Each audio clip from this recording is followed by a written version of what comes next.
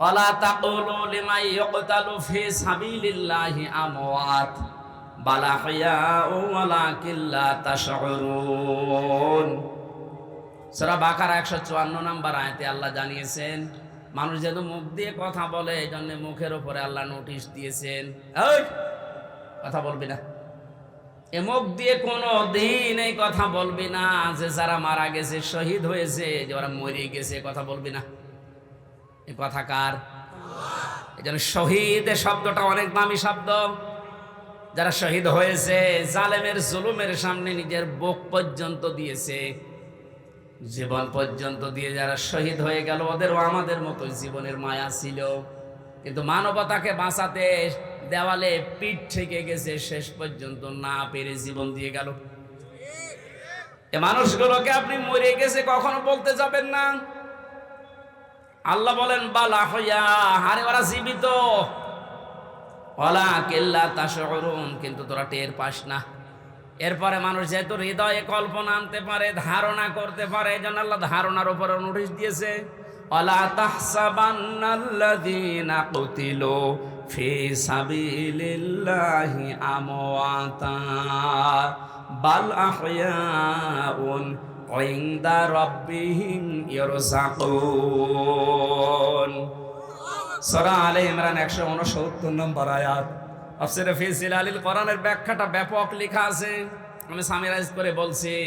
আল্লাহ বলেন, এই ধারণাও করবি না, যারা আমি আল্লাহর জন্য জীবন দিয়ে গেল এরা মারা গেছে এরকম ধারণাও করবি না, বরং তারা জীবিত এবং আমি আল্লাহর কাছে তারা রিজিক পায়। ধরে বলেন সুবহানাল্লাহ। বঙ্গবন্ধুর মূর্তি যখন মোড়াল যখন ভাঙা হচ্ছিল, লোকেরা জিজ্ঞাসা করেছিল, স্যার ওনার মেয়ে চলে গেল 1:30টায়, বিকাল 5টা বাজতে বাজতে তো আর কেউ কোনো জায়গায় থাকছে না, সব মাটির সাথে মিশে যাচ্ছে। ওনার বাবার যে মূর্তি ভাঙে মানুষ, আপনি কিছু বলবেন না? কি বলবো? ওনার মেয়েকে জিজ্ঞাসা করি। এ কথার ওজন কেমন টের পাচ্ছে? মানে সুতরাং কাঁচা লোক না, আমি পাকা লোক। কথা বলে কম, কাজ বেশি দেখাবে। এই জন্য যারা কাজ করে না, শুধু মুখে ফোকর ফটর ফটর করে, এই মানুষগুলো ঝামেলা। সুতরাং একটা নিয়ামতের শুকরিয়া আদায় হবে যে 3টা শর্ত মানলে। তার 1 নম্বরে আপনাকে মুখ দিয়ে বলা লাগবে যে এটা নিয়ামত। এটা কি আমরা স্বীকার করি তো? না না, আর এটা তো প্রতিদিন প্রতি রাতে হচ্ছে না। 1 বছর না, আমি আজ 4-5 বছর পরে আসলাম।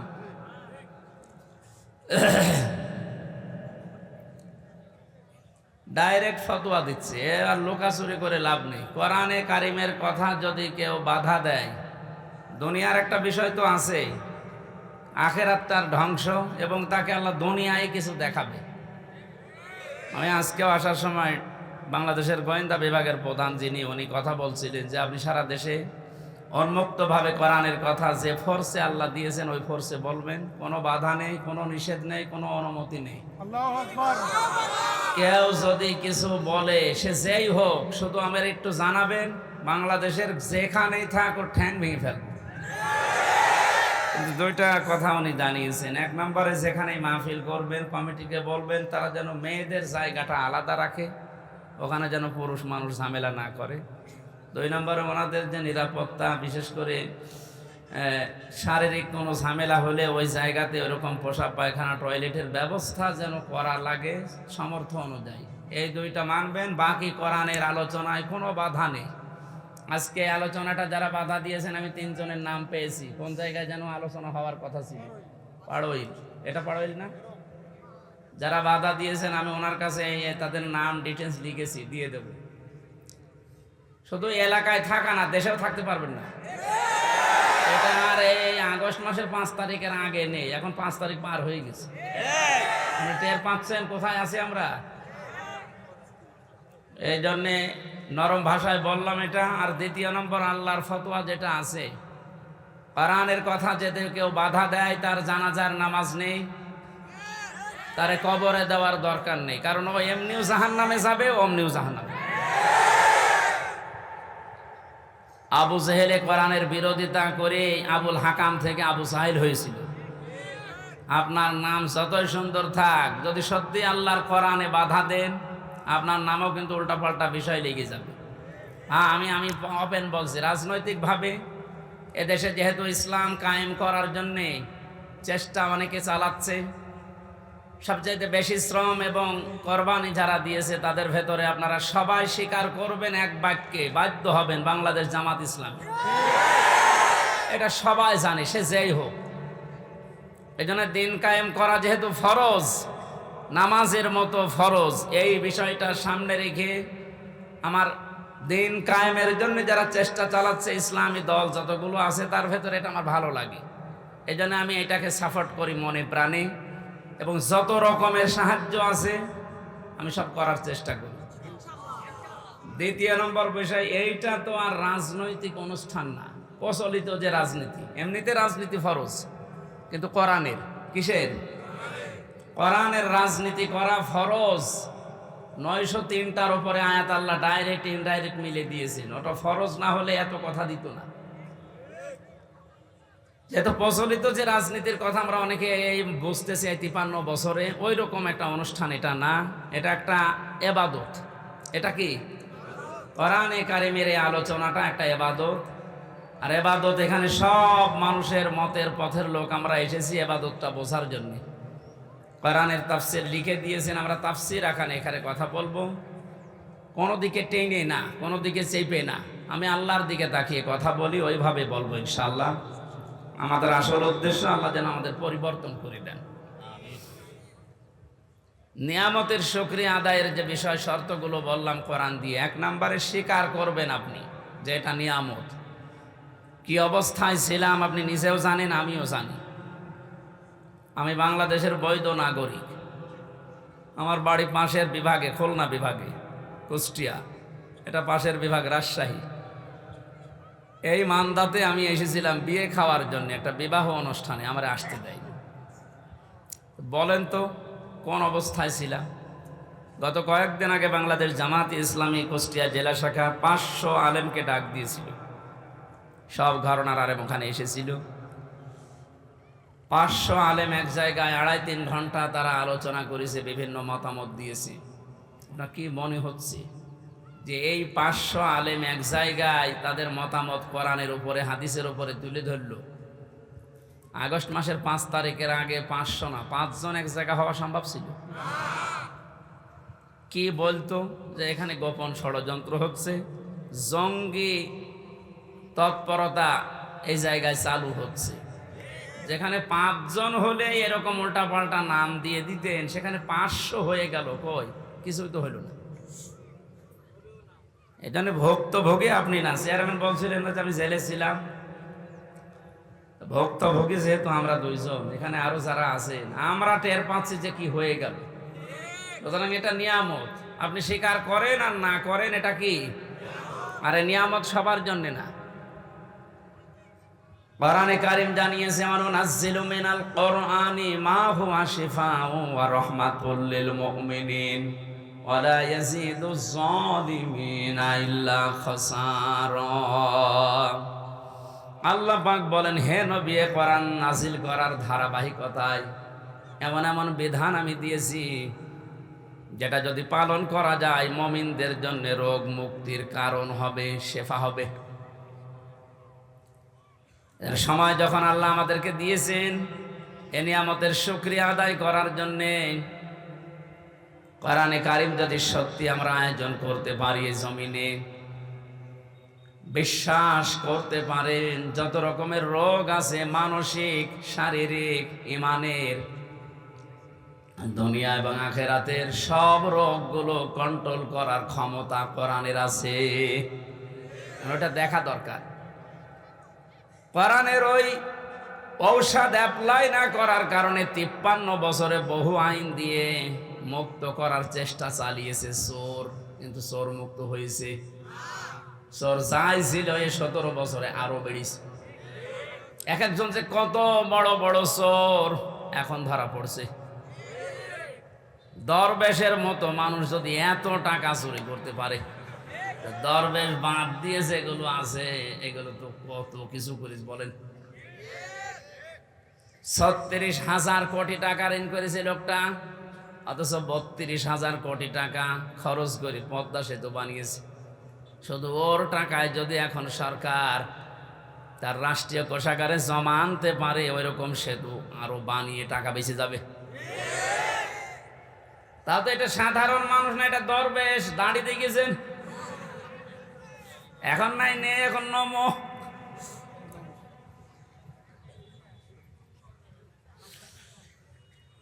এই জন্য চোর মুক্ত করার জন্য বহু চেষ্টা চালিয়েছে, জিরো টলারেন্স পর্যন্ত ঘোষণা দিয়েছিল বঙ্গবন্ধুর মেয়ে। পারে তো নাই, চোর দিন যত গেছে তত বেড়েছে। কারণ চোর মুক্ত করার জন্য যে ঔষধ দরকার, এ 53 বছরে পড়ে নাই।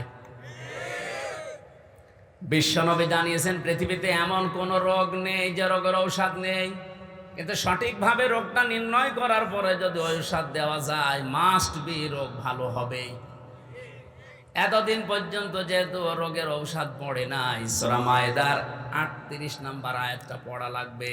অসারিকু ওয়াসারিকাতু ফাকতাউ আইদিয়াহুমা জাযাম বিমা কাসাবা নাকালাম মিনাল্লাহ ইলা আখির আয়াত।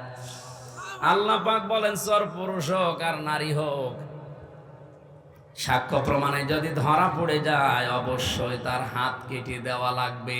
এটা হচ্ছে দুনিয়ার শাস্তি। কোন জায়গার? আখিরাতে কি হবে সেটা আল্লাহ জানে। এবার বাস্তবের দিকে নিয়ে আসেন। আপনি কে কোন আদর্শ মানেন, দল করেন, আমি জানি না। কোরআনের এই আয়াতটা যদি 53 বছর আগে যখন সংবিধান তৈরি হয়েছিল স্বাধীন করার পর, ওই সময় যদি আমরা এই আইনটা জারি করে দিতে পারতাম, আমার মনে হচ্ছে এই 24 সালে হাজারো মানুষের হাত শরীরে থাকতো না। বিশেষ করে বড় বড় চোরগুলো, অনেকে মনে করছে চুরি করলেই হাত কেটে দাও, তাহলে দেশে কারোর হাতই থাকবে না। চুরি করলে হাত কাটা না, ওটা যদি অভাবে চুরি করে তাহলে তার অভাব দূর করে দেওয়া লাগবে, স্বভাব ভালো করে দেওয়া লাগবে। স্বভাব ভালো করার জন্য যে পদ্ধতিগুলো আছে ওই ধাঁচে ফেলা লাগবে। আর যদি স্বভাবে চুরি করে কেউ, আমার তো মনে হয় এই দেশে যারা বড় বড় চোর, একটারও কোনো অভাব নেই, সবই স্বভাবে চোর। এটা মানুষের টাকা লাগে কত, চুরি করে তাও যদি আপনি নিয়ে যেতে পারতেন, আপনাকে আমি কিছু বলতাম না। নৌকায় পার হচ্ছি,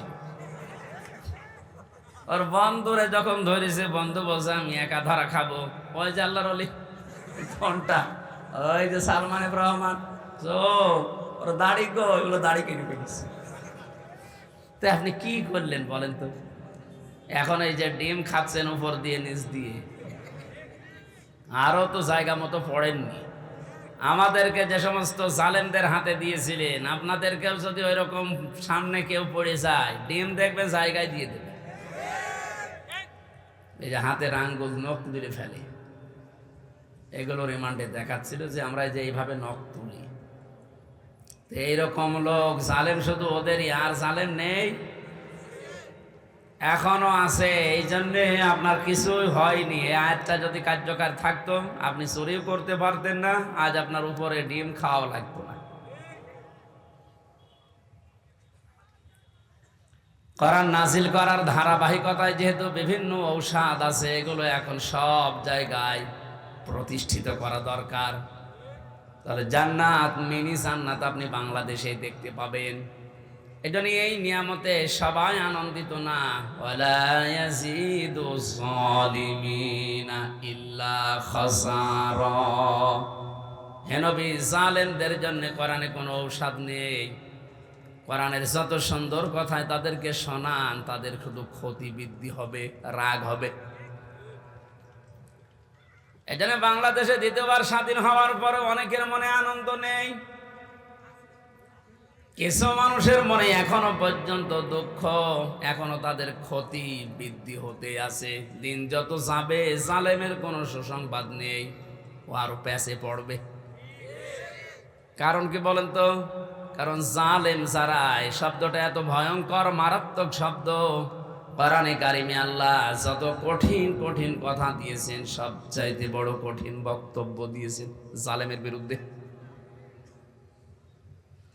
আল্লাহ পাক বলেন, ইন্নামাস সাবিলু আলাল্লাযিনা ইয়াযলিমুনান নাস ওয়া ইয়াবগুনা ফিল আরদি বিগাইরিল হক ইলা আখিরি আয়াত। সূরা সূরার 42 নম্বর আয়াত প্রথম অংশে আছে।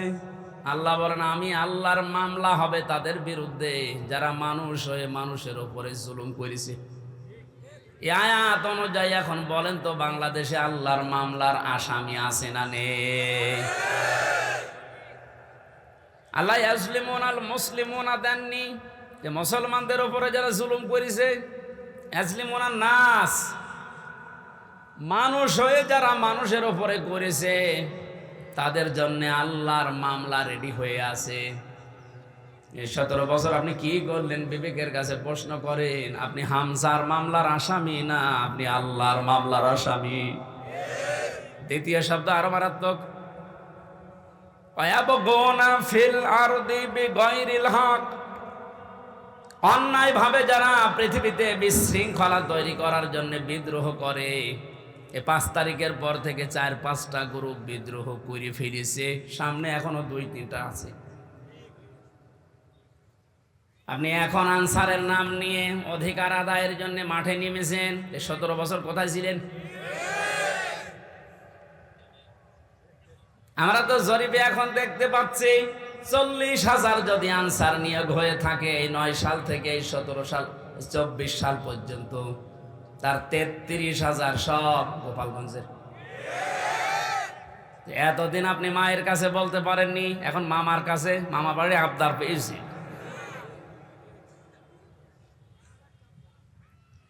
5 তারিখের পর থেকে এই 29 তারিখ পর্যন্ত পুলিশ ছাড়া যদি বাংলাদেশ চলতে পারে, ও আনসার ছাড়াও চলতে পারবে। আপনাদের অধিকারের বিরুদ্ধে আমি না, অধিকার আদায় করেন, বৈষম্য দূর করার জন্য, যেহেতু এই দেশটা স্বাধীন হয়েছে করেন, কিন্তু সময় বুঝে তো উনি এখনই শুরু করে দিয়েছেন। লোকটাকে কিছু গোছাতে দেবেন তো, কত ঋণ তার মাথার উপর আপনি রেখে পালিয়ে গেলেন, আপনি টের পাচ্ছেন? সেতে দাঁড়িয়ে আছে এখনো, তাকে একটু সময় দেন, সে একটু গুছিয়ে নিক। না, এখনই আমারে দেওয়া লাগবে, আসেন সামনে আসেন, আপনার বাহিনী তুলে দেওয়া হবে। এখানে বিশৃঙ্খলা যারা করছেন, আজ বিদ্রোহ ঘোষণা করছেন, আপনিও আল্লাহর মামলার আসামি। পারে নাই প্রথমে হিন্দুদের দিয়ে, হালে পানি নেয়নি, এরপরে প্রধান বিচারপতিকে দিয়ে একটা চেষ্টা চালিয়েছিল, আল্লাহ নষ্ট করে দিয়েছে। এরপরে এনেছে আনসার, এটা দিয়েও হবে না, কারণ যে আছে, আপনি বললাম না কাঁচা খেলোয়াড় না, পেছনে অনেক কিছু আছে হেলান দেওয়ার মতো। আমার মোবাইলে সর্বোচ্চ কল আসলে আসবে, সর্বোচ্চ আসলে আমার মনে হয় তারেক জিয়ার পিএস অপু ভাইয়ের কাছ থেকে কল আসতে পারে, কারণ ওনার সাথে আমি 3 বছর ছিলাম জেলে। আর একটু বেশি আসলে গিয়াসউদ্দিন মামুন ভাইয়ের কাছ থেকে আসতে পারে, ওনার সাথেও ছিলাম 3 বছর। তাছাড়া আর উপরে তারেক জিয়া কর দেবে না। আর ডক্টর মোহাম্মদ ইউনূসের মোবাইলে কল আসে বারাক ওবামার কাছ থেকে, জো বাইডেনের কাছ থেকে, শি জিনপিং এর কাছ থেকে। টের পাচ্ছেন ওর খুঁটি কোন জায়গায় বাঁধা, ওর পেছনে কি ধাক্কা দেওয়া আছে দেওয়ালে, মানে আন্দাজে লাফান। বাস্তবতা কিছু জানেন?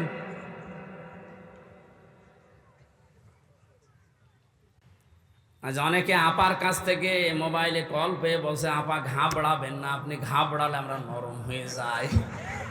একটা পাগল, কোন জামানায় কোন দেশে কোন গর্তের ভেতরে আছে ও টের পাচ্ছে যে লোকটা কি, যে লোকটা ভারতকে এই থ্রেট দিতে পারে, বেশি ঝামেলা করলে 7 সিস্টার উড়িয়ে দেব, তার পেছনে কি খুঁটি আছে আপনি জানেন না। ও যদি এই মুহূর্তে চাপ দিয়ে বলে যে ভারত যারা নিয়েছেন বধূ হিসাবে ফেরত দেওয়া লাগবে কালকের ভেতরে, কারণ এই কথা তো ওর কথা নাই, কথা ওকে বলাচ্ছে, ভারত বাধ্য হবে 24 ঘন্টার ভেতর ফেরত দিতে। 24 ঘন্টা লাগবে না, 24 মিনিটে ফেরত পাঠাবে। এইরকম একটা লোক। আর আপনি আন্দাজে এখান থেকে ফতোয়া দেন, বাবা ঘাবড়াবেন না, কিসের ঘাবড়াবেন না। আপনি 2টা পিটনি খেলে সব ভুলে যান, আর তার সিকিউরিটিতে গেছেন। এজন্য বাস্তবতা আপনি কিছুই টের পাচ্ছেন না ভাই, অনেক দূরের বিষয়। আমি সামনে আসা আয়াতের ভেতরে যদি আসে, আমি সামনে কথা বোঝাবো ইনশাল্লাহ।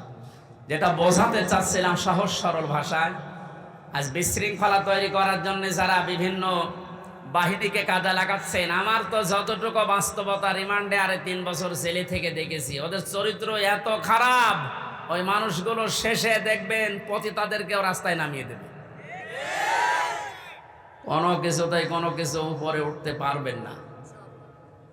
কারণ ছাত্রদের আন্দোলন শুধু না, আমার মনে হয় আল্লাহ ফেরেশতা পাঠিয়েছিলেন, আবাবিল পাখি পাঠিয়ে যেমন আল্লাহ রক্ষা করেছিলেন কাবা ঘরকে, বাংলাদেশে আল্লাহ একটা কিছু দেখাতে চায়, এই জন্য আল্লাহ ছাত্রদের মতো ফেরেশতাদেরকে আল্লাহ শহীদ করিয়েছে। মনে করছেন শহীদ হয়ে গেছে, এ মানুষগুলো এমনি এমনি শহীদ হয়নি। ওয়ালিয়ালাম আল্লাহুল্লাযীনা আমানু ওয়া ইয়াত্তাখিযা মিনকুম শুহাদা।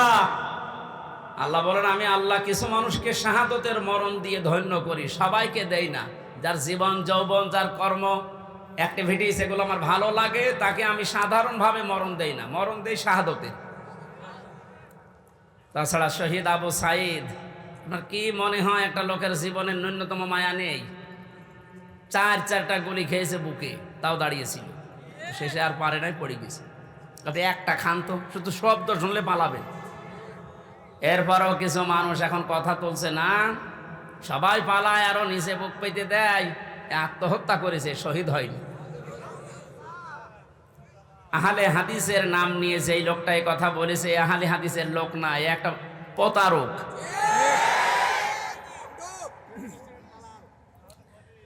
আহলে হাদিসের এই যে রাজশাহীর গোদাগাড়ির অধ্যাপক মজিবুর রহমান, ওনার সাথে আমি উমরায় ছিলাম রমজানে, কি উনি আহলে হাদিস না? আপনি উল্টা পাল্টা ধারণা করবেন আহলে হাদিস নাম হলে না, ওগুলো দালাল। এ কি রফিক নামে নাকি যেন কি বিন বিন বিন বিন বিন। আমি 2টা তথ্য বলছি, হয়তো শুনেছেন আপনি, কিন্তু এভাবে শোনেননি, ভালো করে খেয়াল করেন। যারা এগুলো ধারণা করেন, বলেন মুখ দিয়ে, খুব সাবধান। ওয়ালা তাকুলু লিমান ইউকতালু ফি সাবিলিল্লাহি আমওয়াত বাল আহইয়াউ ওয়ালাকিন লা তাশউরুন। সূরা বাকারা 154 নম্বর আয়াতে আল্লাহ জানিয়েছেন, মানুষ যেহেতু মুখ দিয়ে কথা বলে, এই জন্য মুখের উপরে আল্লাহ নোটিশ দিয়েছেন, এই কথা বলবি না। এ মুখ দিয়ে কোনো দিন এই কথা বলবি না যে যারা মারা গেছে, শহীদ হয়েছে, যে ওরা মরে গেছে, কথা বলবি না। এই কথা কার? এই জন্য শহীদ শব্দটা অনেক দামি শব্দ। যারা শহীদ হয়েছে, জালেমের জুলুমের সামনে নিজের বুক পর্যন্ত দিয়েছে, জীবন পর্যন্ত দিয়ে যারা শহীদ হয়ে গেল, ওদেরও আমাদের মতো জীবনের মায়া ছিল, কিন্তু মানবতাকে বাঁচাতে দেওয়ালে পিঠ থেকে গেছে, শেষ পর্যন্ত না পেরে জীবন দিয়ে গেল। এ মানুষগুলোকে আপনি মরে গেছে কখনো বলতে যাবেন না। আল্লাহ বলেন বালা হইয়া, আরে ওরা জীবিত, ওয়ালাকিন লা তাশউরুন, কিন্তু তোরা টের পাস না। এরপরে মানুষ যেহেতু হৃদয়ে কল্পনা আনতে পারে, ধারণা করতে পারে, এই জন্য আল্লাহ ধারণার উপরে নোটিশ দিয়েছে, ওয়ালা তাহসাবান্নাল্লাযীনা কুতিলু ফি সাবিলিল্লাহি আমওয়াতা বাল আহইয়াউন ইনদা রাব্বিহিম ইয়ারযাকুন। সূরা আলে ইমরান 169 নম্বর আয়াত। তাফসীরে ফি জিলালিল কোরআনের ব্যাখ্যাটা ব্যাপক লেখা আছে, আমি সামিরাইজ করে বলছি। আল্লাহ বলেন, ওই ধারণাও করবি না, যারা আমি আল্লাহর জন্য জীবন দিয়ে গেল, এরা মারা গেছে, এরকম ধারণাও করবি না, বরং তারা জীবিত এবং আমি আল্লাহর কাছে তারা রিজিক পায়। ধরে বলেন সুবহানাল্লাহ। এজন্য বড় কঠিন সতর্ক থাকা লাগবে এই বিষয়গুলোতে। অনেক জালেম পর্যন্ত এখন উঠে পড়ে লেগেছে এই শান্ত দেশকে অশান্ত করার জন্যে। আপনি কিন্তু হামজার মামলার আসামি থাকবেন না। আমরা যদিও এই জালেমদের বিরুদ্ধে, ওরা যেমন 50টা মামলা বলেছিল আমারে দেবে, আমরা 100টা দেবো এখন। কিন্তু আপনি তার আল্লাহর আমার হামজার মামলার আসামি থাকছেন না, আপনি সরাসরি আল্লাহর মামলার আসামি হয়ে যাচ্ছেন। আপনার দুনিয়াও শেষ, আখিরাত তো শেষই। এরপরও অনেকে বলে হুজুর মাফ করে দিলে কি না, জালেমদের মাফ করলে মজলুমের উপরে অবিচার হয়। কারণ আপনি তো ওই জায়গায় পড়েননি, তাই এ কথা বলছেন। 18 কোটি মানুষ যদি এদেশে মাফ করে দেয়, আয়না ঘরের সাথে যারা জড়িত ছিল, ব্যারিস্টার আরমানের বউ তাকে মাফ করবে? আপনার কি মনে হয় যে আন্দাজে বললে মাফ করে দেবে? আপনি থেকে দেখেন তো, স্বামী ছাড়া 8 বছর। আরে ভাই, একটা মানুষকে আপনি যদি মেরে ফেলতেন, তাহলে তার বউটা অন্য জায়গায় বিয়ে করতে পারত। এক কথা বলছেন না? আর আপনি এমন জায়গায় রাখেন, এই জন্য আয়না ঘর ভাড়া বানিয়েছে। আমার মনে হয় ওটা ধ্বংস করে ফেলা লাগবে না, ওটা রেখে দেন, ওটা টুরিস্ট প্লেস হিসাবে রেখে দেন। মানুষেরা ওইটা দেখতে যাবে, আর সামাম পৃথিবীর মানুষ জানবে যে এই বাংলাদেশে একটা জালেম ছিল। মানুষ কত বড় নৃশংস, কত বড় জুলুমকারী হলে এই যে মাটির নিচে, এই ঘরের ভেতরে মানুষকে তাও 2-5 দিন রাখেন। 8 বছর রেখে দিয়েছে, কারোর 10 বছর, কারোর 12 বছর। আমিও মাটির নিচে ছিলাম, যেখানে আমি শুনেছি। আমারও তো বেশি দিন রাখে নাই। কি যে মানুষের একেবারে সহ্যের বাইরে চলে যায় ওই জায়গাটা। এই হাঁটুর ভেতর দিয়ে হাত দিয়ে, এরপরে আবার এখানে হ্যান্ডকাপ দিয়ে বেঁধে একটা মানুষ এভাবে ঘন্টার পরে ঘন্টা, দিনের পরে দিন, মাসের পরে মাস, বছরের পর বছর এভাবে রেখে দেয়। শুধু টয়লেট করার জন্য 1.5 মিনিট সময় দেয়। আমার সাথে যে আলেম ছিল মুফতি ফখরুল ইসলাম, কি কষ্ট যে লোকটাকে দিয়েছে। এই জন্য জালেম যারা, এদেরকে হেদায়েত আল্লাহ দেবেন না। আমি দোয়া করলেও হবে না। কাবা শরীফের ইমামও যদি দোয়া করে এই জালেমের জন্য, ওকে আল্লাহ হেদায়েত দেবে না, ওকে জাহান্নামে দেবেই। আমি এইটা বানালাম। এই কথা বন্ধ করেন। আল্লাহু লা ইয়াহদিল কওমাজ জালিমিন, এ কোরআনের আয়াত না, আমি বানালাম। এক কথা বলেন। এই যে ইয়াহদি, এখানে আলেম আছে না? মোজারে, এটা বর্তমান, ভবিষ্যৎ, প্রেজেন্ট, ফিউচার। আল্লাহ পাক বলেন আমি জালেমদেরকে হেদায়েত দিচ্ছি না, দেবও না। সুতরাং যারা জুলুম করেছেন, আপনি জানতেন না যে আয়না ঘরে কারা থাকে? অবশ্যই আপনি জানতেন, আপনার কথা মতো হয়েছিল। এই জন্য আপনি আল্লাহর হেদায়েত থেকে বঞ্চিত। যতবার হজ করেন না কেন, তাহাজ্জুদ মিলে পড়েন, আপনি হেদায়েত পাবেন না। আর হেদায়েত কেউ না পেলে এসে জান্নাত পাবে? বলেন বলেন। তাহলে আমরা একবারে ফতোয়া দিতে পারি যে আপনি চির জাহান্নামী, নাকি বেশি বলে ফেললাম? না, আমি যা পড়েছি তাই বলছি। কারণ জালেমদেরকে আমি দোয়া করলো, আল্লাহ হেদায়েত দিচ্ছে না, দেবে না। কিয়ামতের ময়দানে আল্লাহ পাক 2 শ্রেণীর মানুষকে নবীর হাত থেকে হাউজে কাউসার খেতে দেবেন না। কয় শ্রেণী? 1 নম্বরে যারা ইসলামের ভেতরে নতুন নতুন বিষয় ঢুকিয়েছে, বেদাত বলে যারে, এদেশে সবচাইতে বেশি এটা।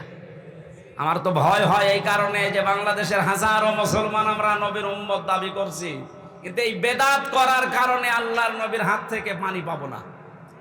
2 নম্বরে যারা জুলুম করে এবং জালেমের যারা প্রশংসা করে, তার সাহায্য করে, সহযোগী হিসাবে কাজ করে, এরা নবীর হাতের হাউজে কাউসারের পানি পাবে না। আপনি এই হাদিসটা এবার বাংলাদেশে মিলান। কত হাজি জালেমের সহযোগী, জালেমকে ভালোবাসে, সাপোর্ট করে, এই কারণে নবীর হাতের ওয়ারিশ হিসাবে সে পানি পাবে না। এরকম মানুষ হাজি দেশে নেই। আপনার দুনিয়াও শেষ, আখিরাতও শেষ। আপনি কি করলেন? এখন আর ফিরে আসার সময় আপনার আর নেই। আপনি যা করেছেন এর হিসাব আপনাকে দেওয়া লাগবে, কারণ আপনি একেবারে সীমানার বাইরে চলে গেছেন। যে সমস্ত পাপের কারণে আল্লাহ দুনিয়ায় শাস্তি নাজিল করে, তার ভেতরে অন্যতম পাপ, মানুষ যখন সীমা লঙ্ঘন করে ফেলে, তখন আল্লাহ 8 প্রকার শাস্তি দুনিয়ায় দেয়। আমি একটা একটা করে কোরআন দিয়ে ওইদিকে যাবো ইনশাল্লাহ। আপনারা আছেন তো ময়দানে? নিয়ামতের শুকরিয়া আদায় যদি করতে চান, তাহলে মুখ দিয়ে বলেন যে হ্যাঁ, এটা নিয়ামত। এটা বিশাল একটা পাথর বুকের উপর থেকে আল্লাহ নামিয়ে দিলেন, এটা কি? কিন্তু যারা স্বীকার করছে না, এখনো অনেক জালেম নেই যে স্বীকার করছে না, এখনো পর্যন্ত এই দুর্বিসন্ধিতে লিপ্ত আছে। 2 নম্বরে নিয়ামতের শুকরিয়া আদায় করার শর্ত হচ্ছে আপনার মনের ভেতরে একটা আলাদা আনন্দ আপনি অনুভব করবেন, যেটা সত্যি আমরা পাচ্ছি, সবাই পাচ্ছে। এত বড় জুলুম বিদায় নেওয়ার পরেও যদি আপনার মনের ভেতরে আনন্দ না আসে, শান্তি না লাগে, নবীজি হাদিসের ভাষায় পড়েছি মানুষের এই পশমগুলো তখন খাড়া হয়ে যায়। বাম স্তনের 2 আঙ্গুল নিচে যে গোস্তের টুকরা আছে ওই টুকরাটা লাফালাফি করে। আমার তো 5 তারিখের পর থেকে যে আনন্দ, এমনিতে এই কোরআনে এবং হাদিসের এই শব্দের গুলোর সাথে আমার বুক এবং হাত পশম সব মিলে যাচ্ছে। আমি দেখতে পাচ্ছি এখনো অনেকের মেলছে না। এই কথা বলবেন কেন? 3 নম্বরে নিয়ামতের শুকরিয়া আদায় হবে যে উদ্দেশ্য নিয়ে আপনি ওটা কায়েম করেছিলেন, ওইটা একেবারে সর্বশেষ জায়গায় পৌঁছিয়ে দেওয়া। এদেশে সমন্বয়ক যারাই ছিল ছাত্র আন্দোলনের অধিকার আমি শুনতে পাচ্ছি, ওরা বলছে আমরা মুসলমান। কালকে একজনের বক্তব্য দেখলাম ঢাকাতে, ওরা বলছে আমরা বাংলাদেশে যত জেলায় থানায় সমন্বয়ক ছিলাম আমাদের উদ্দেশ্য ছিল এই যত রকমের বৈষম্য আছে সব আমরা দূর করে সমান সমান করে দিতে চাই, এটা আল্লাহ চাই। কথা বলে না কেন? আমরা যেহেতু 96% মুসলমান এই দেশে, দল মত আমরা যাই করি না কেন, 53 বছর তো দেখলাম যে মানুষ চালালে কেমন লাগে না, দেখি নাই? বাবা চালিয়েছে কেমন লাগে আমরা দেখেছি, স্বামী চালিয়েছিল কেমন লাগে আমরা দেখেছি,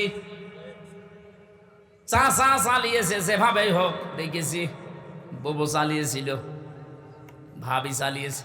শুধু এখন দেখতে বাকি আছে কোরআন দিয়ে দেশ চললে কেমন দেখা যায়।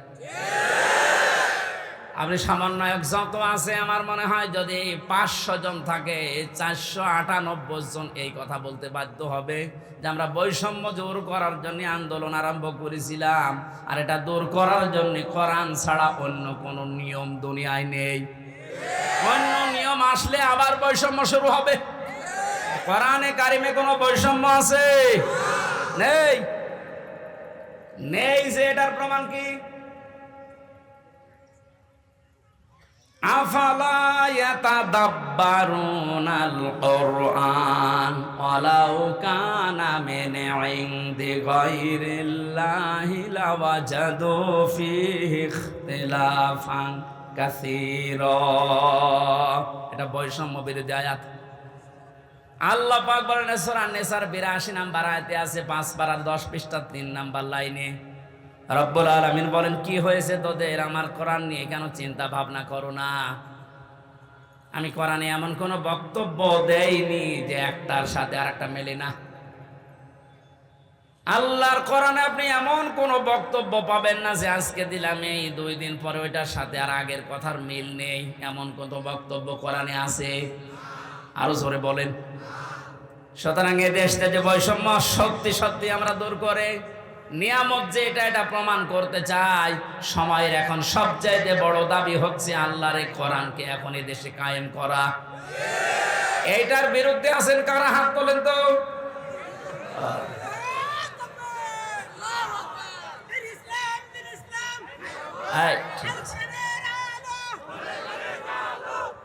মানুষের এখনো মনে হয় ঘোর কাটেনি। আমার মনে হয় আমান আজমি ভাই এই যে জেল কি আয়না ঘর থেকে এসে এখনো যেমন স্বাভাবিক হতে পারেনি, ব্যারিস্টার আরমান আয়না ঘরে 8 বছর থাকার পরে এখনো উনি স্বাভাবিক হতে পারেনি। আমিও জেলখানায় 3 বছর, আমি এখনো স্বাভাবিক না। এখন এই দেশের আমার মনে হয় জনগণ এখনো স্বাভাবিক হয়নি, মনে করছে 5 তারিখের আগে আসি না। এখন আর 5 তারিখ নেই, এখন 29 তারিখ। কত বলেন বলেন? যেন এর দাবি এখন এইটা, যেহেতু বৈষম্য দূর করার জন্য সংস্কার করার জন্য সব জায়গায় কাজ চলছে, সবচাইতে বড় সংস্কার হবে এখন যে জালেমগুলোর কারণে পুলিশ বাহিনীর বদনাম হয়েছে ওদেরকে প্রকাশ্যে যা ভালো লাগে ওরা করা দরকার। সব পুলিশের দোষ আছে? কখনো না। হাতে গোনা কয়েকটা জালেমদের দোষও যারা ছিল, বিশেষ করে আমার রিমান্ডে যে কয়েকজন ছিল, আমি তো অন্যগুলোর খবর ভালো জানি না, এদের আমি চিনি। আমি আকিজ গ্রুপে চাকরি করতাম, 8 দিন হাসপাতাল। এই শয়তানরা আমারে তুলে নিয়ে টাকা খাবে বলে ওই মালিককে এখন এই 5 তারিখের আগেও টাকা নিয়েছে। আমার মামলার আয়োজক ছিল মিজানুর রহমান, এই মাদারীপুরে ট্যাকের হাটে বাড়ি। এরে খুঁজে বেড়াচ্ছে, যদি পায় এরে পিটিয়ে মেরে ফেলবে। আমার কুষ্টিয়াতে আমাদের সামনে 14 জন মানুষকে একদিনে মেরেছে, 5 তারিখে একদিনে। দারোগা সাহেব আলী। কুষ্টিয়ার মানুষ যদি ওর চেহারা পায় কি যে করবে মানুষ, কারণ যারা মারা গেছে সব আমার বাড়ির আশপাশে।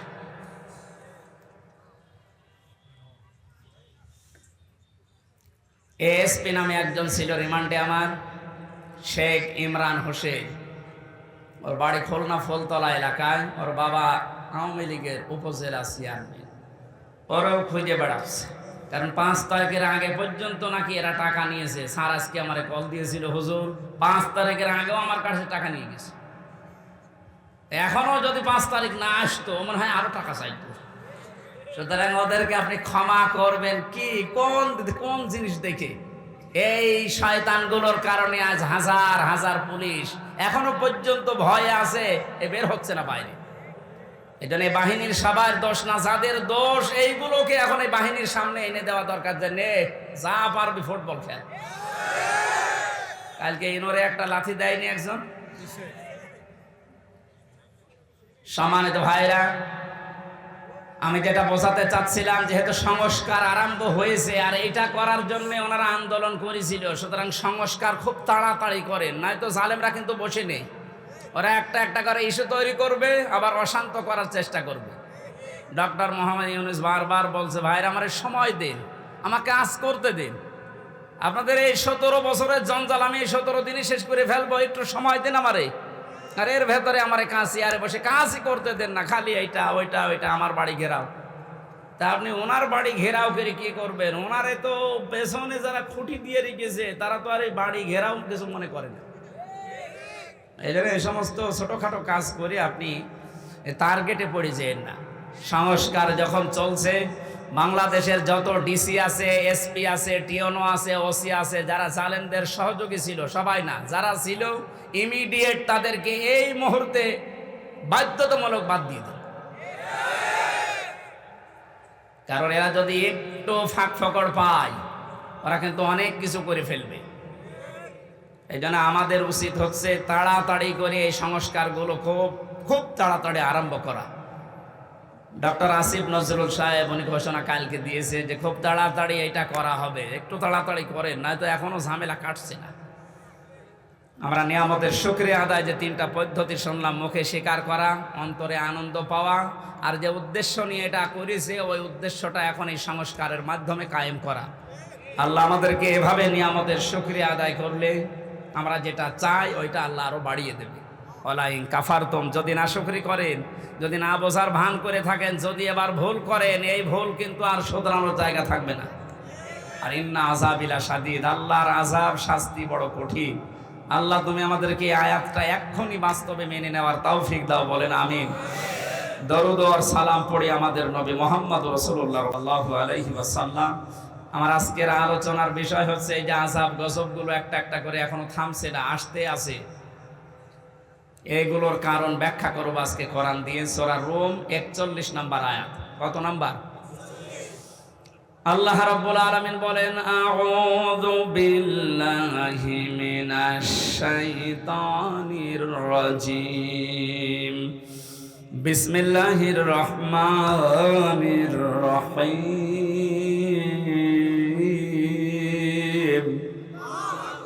যাহারাল ফাসাদু ফিল বাররি ওয়াল বাহরি বিমা কাসাবাত আইদিন নাস লিয়ুযীকাহুম বা'দাল্লাযী আমিলু লা'আল্লাহুম ইয়ারজিউন। সাদাকাল্লাহুল আযীম। আল্লাহ পাক বলেন, জলে স্থলে যে বিপদ আপদ মুসিবত, যে গজবগুলো দেখতে পাচ্ছ, সব কিন্তু তোমাদের হাতের কামাই করা বস্তু। আমি এগুলো দিতে চাই না। ওমা আসাবাকুম মিন মুসিবাতিন ফাবিমা কাসাবাত আইদিন নাস। ইলা আখিরি আয়াত। সূরা শূরার ভেতরে আল্লাহ জানিয়েছেন, যত অপরাধ করো আমি যদি সব পাপের শাস্তি দুনিয়ায় দিতাম, শ্বাস করার সময়ও পেতে না। আমি আল্লাহ আমার দয়ার কারণে অধিকাংশগুলোই মাফ করে দেই, আর কিছু শাস্তি তোমাদের পাপের জন্য একটু মজা চাকাই। কেন চাকাই জানো? লিউযিকাহুম, এই শাস্তিগুলো তোমাদের উপরে আমি দিয়ে লাআল্লাহুম ইয়ারজিউন, আমি আশা করি তোমরা ফিরে আসবে। ও বাংলার জনগণ, পাথর নেমে গেছে বলে আপনি আবার উচ্ছৃঙ্খল হয়ে যাবেন না। কারণ উচ্ছৃঙ্খল যারা, যে মানুষগুলো জালেম, যারা মানুষের অধিকার নষ্ট করে, ওই মানুষগুলোকে আল্লাহ পছন্দ করে না, করবেও না। আমরা যেন সংশোধন হওয়ার নিয়ত যখন এসেছি, পাপের এই কারণগুলো আগে আবিষ্কার করা। প্রতিটি যুগে যুগে আমরা দেখেছি আল্লাহ যে আযাবগুলো নাজিল করেছিলেন তার কিছু কিছু কারণ পেয়েছি। সূরা আনকাবুতের 40 নম্বর আয়াতের ব্যাখ্যা আল্লাহ পাক বলেন, ফাকুল্লান আখাযনা বিযামবিহি ফামিনহুম মান আরসালনা আলাইহি হাসিবা ওয়া মিনহুম মান আখাযাতুহুমুস সাইহাতু ওয়া মিনহুম মান খাসাফনা বিহিল আরদা ওয়া মিনহুম মান আগরাকনা ইলা আখিরি আয়াত। আমি প্রত্যেক যুগে পাপীদের পাপের কারণে আমি তাদেরকে, তাদের অপরাধের কারণে আমি পাকড়াও করেছিলাম। কাউকে আমি বৃষ্টির ভেতরে বৃষ্টি দিয়ে দুনিয়া থেকে বিদায় দিয়েছি, কাউকে পাথরের বৃষ্টি, কাউকে আমি আল্লাহ বন্যা দিয়ে দুনিয়া থেকে বিদায় দিয়েছি। এরকম 8-9টা শাস্তির কথা আয়াতের ব্যাখ্যায় আমরা পেয়েছি। এখন যেহেতু বন্যা চলছে, কি চলছে? যদিও আমার যতটুকু ধারণা বা বাস্তবতায় যা দেখছি, এর জন্য এককভাবে দায়ী আমাদের এই প্রতিবেশীরা। ওরা আমাদের যখন থাকবে তখন দেয় না, যখন আমরা নিজেরাই ডুবে যাই তখন ছাড়ে। কি একটা আশ্চর্য প্রতিবেশী আল্লাহ আমাদেরকে দিয়েছেন। আর এই প্রতিবেশী নিয়ে অনেকে গর্ব করে। প্রতিবেশী যদি প্রতিবেশীর মতো না হয়, তাদের বিরুদ্ধে আল্লাহ পাক নিজে অভিযোগ দায়ের করবেন। সুতরাং আপনারা প্রতিবেশী হিসাবে যা করছেন, এটা প্রতিবেশীর কাজ না। আমরা তাফসিরে হাদিসে এমনও পেয়েছি, প্রতিবেশীর মর্যাদা মূল্য এত বেশি, নবীজি বলতেন মাঝে মাঝে যে জিবরাইল যেভাবে প্রতিবেশীর কথা আমারে শোনায়, আমার তো মনে হচ্ছে যে আমার জমি জায়গা আবার প্রতিবেশীকে দিয়ে দেওয়া লাগে কিনা। এত হক, এত অধিকারের কথা জিবরাইল এসে প্রতিবেশীর বিষয়ে নবীকে জানাতেন। আর আমরা কি কপাল নিয়ে আসলাম, প্রতিবেশী একটা পেয়েছি, কন্যা দিয়ে দিলাম, তারপরও বন্যা দিয়ে শেষ করে দিচ্ছে। তা আর কি দেব? যিনি বলেছিলেন যা দিয়েছি ভোলার মতো না, কোনোদিন ভুলতে পারবে না, তাকেই তো দিয়ে দিলাম।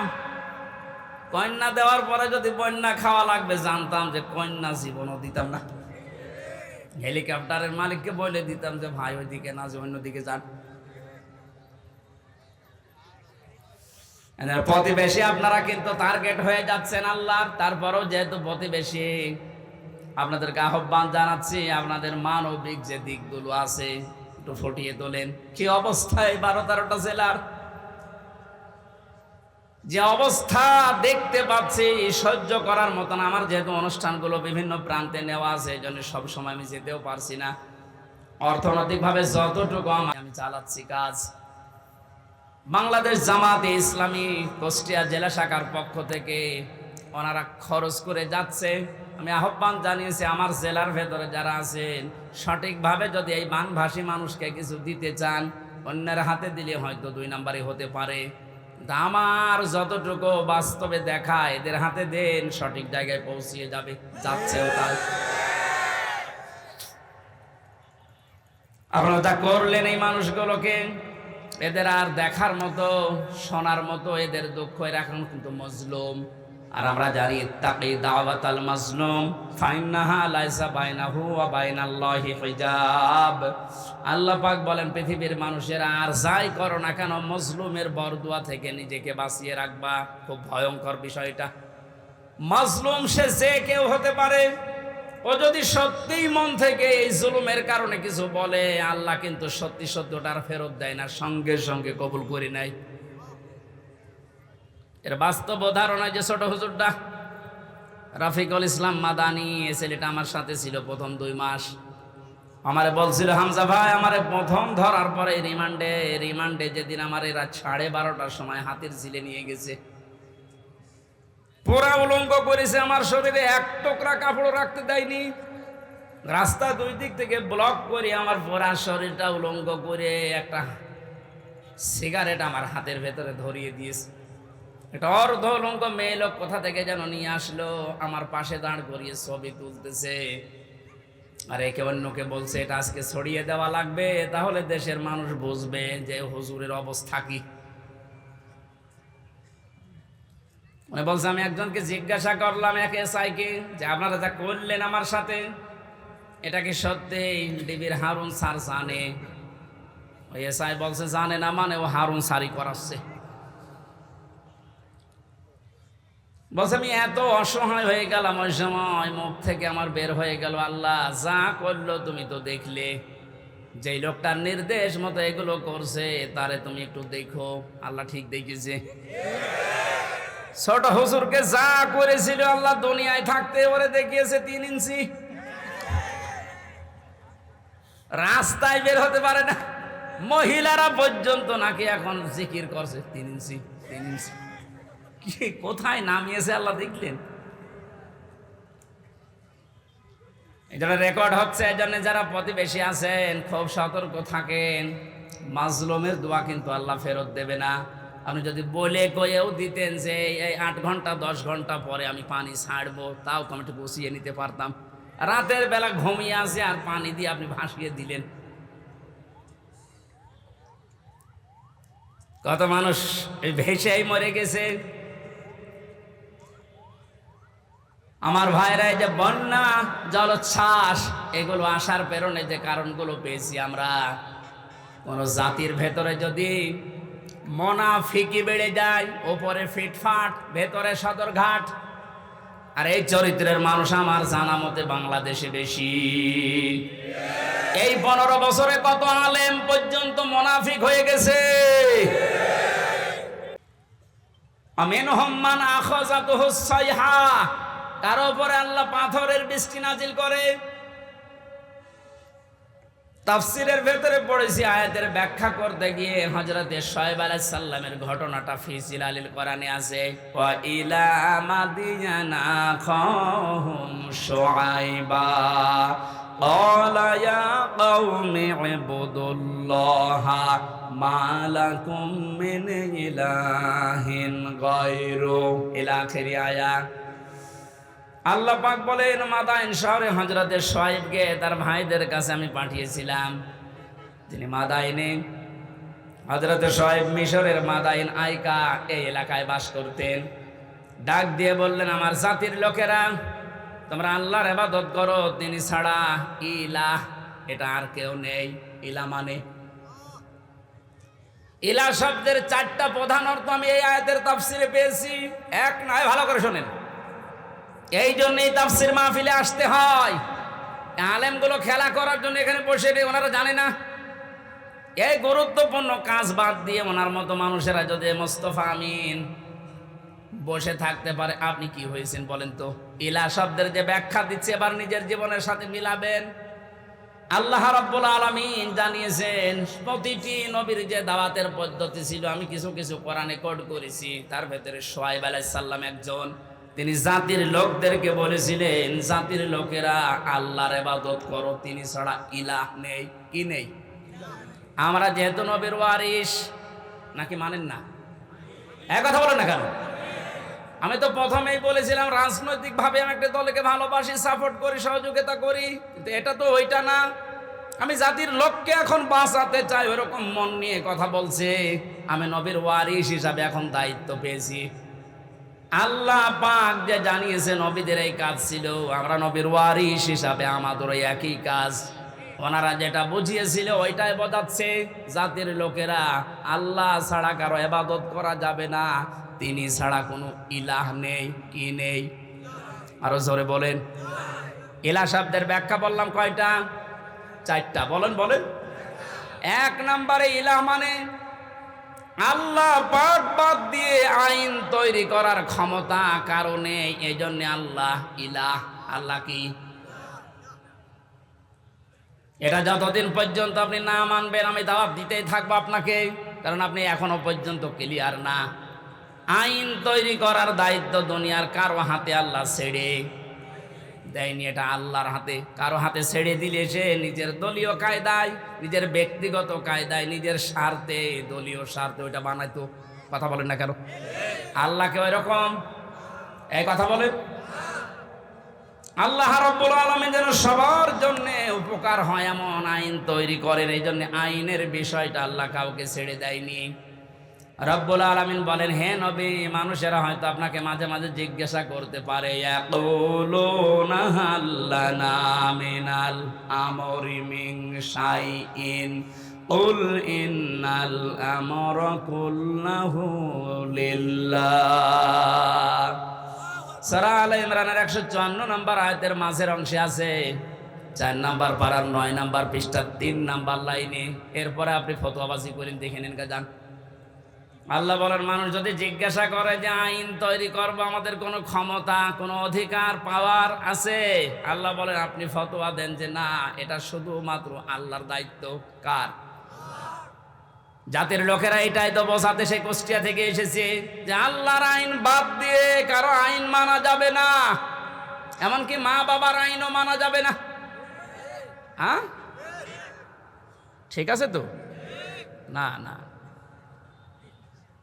এই ছেলে, এই যে হুজুর, বলেন তো মা বাবার আইন মানা জায়েজ আছে না নেই?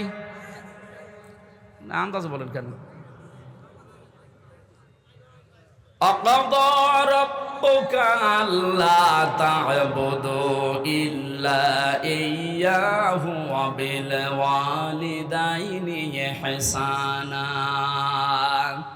সূরা বানী ইসরাঈলের 24 নম্বর আয়াতে 22 নম্বর আয়াতের প্রথম অংশে আছে, আল্লাহ পাক বলেন, আমি রায় দিলাম, আমি ফতোয়া দিলাম, সিদ্ধান্ত নিলাম, কার্যকর করে দিলাম, লিখে দিলাম, ফায়সালা করে দিলাম, আর কোনো নড়নচড়ন নেই, কোনো পরিবর্তন হবে না।